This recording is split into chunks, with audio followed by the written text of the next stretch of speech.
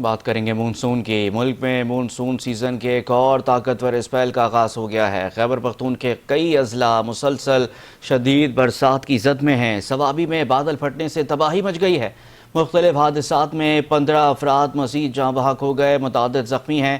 اموات میں اضافے کا خدشہ ہے۔ پولیس حکام کا بتانا ہے کہ صوابی کے علاقے داروڑی میں بادل پھٹنے کا واقعہ پیش آیا، جس کے نتیجے میں درجنوں گھر ڈوب گئے۔ شہری جان بچانے کے لیے گھروں کی چھتوں پر چڑھ گئے۔ 70 سے زائد محصور افراد کو سیلاب سے ریسکیو کر لیا گیا۔ صوابی کی تحصیلوں میں رڈز، لاہور اور ٹوپی میں طوفانی بارشوں کے بعد گھروں میں پانی داخل ہو گیا، جس کے بعد لوگوں نے جانیں بچانے کے لیے چھتوں پر پناہ لی۔ سٹیفا موڑ کدون میں سیلابی ریلے میں کئی لوگ پھنس کر رہ گئے۔ متاثرہ افراد نے جان بچانے کے لیے گھروں کی چھتوں پر پناہ لے رکھی ہے اور امداد کے منتظر ہیں۔ طوفانی بارش کے بعد جہانگیرہ روڈ، امباڑو کنڈا موڑ پر بھی ہر طرف پانی جمع ہو گیا ہے۔ ٹور ڈھیر میں نجی اسکول کی دیوار منہدم ہو گئی۔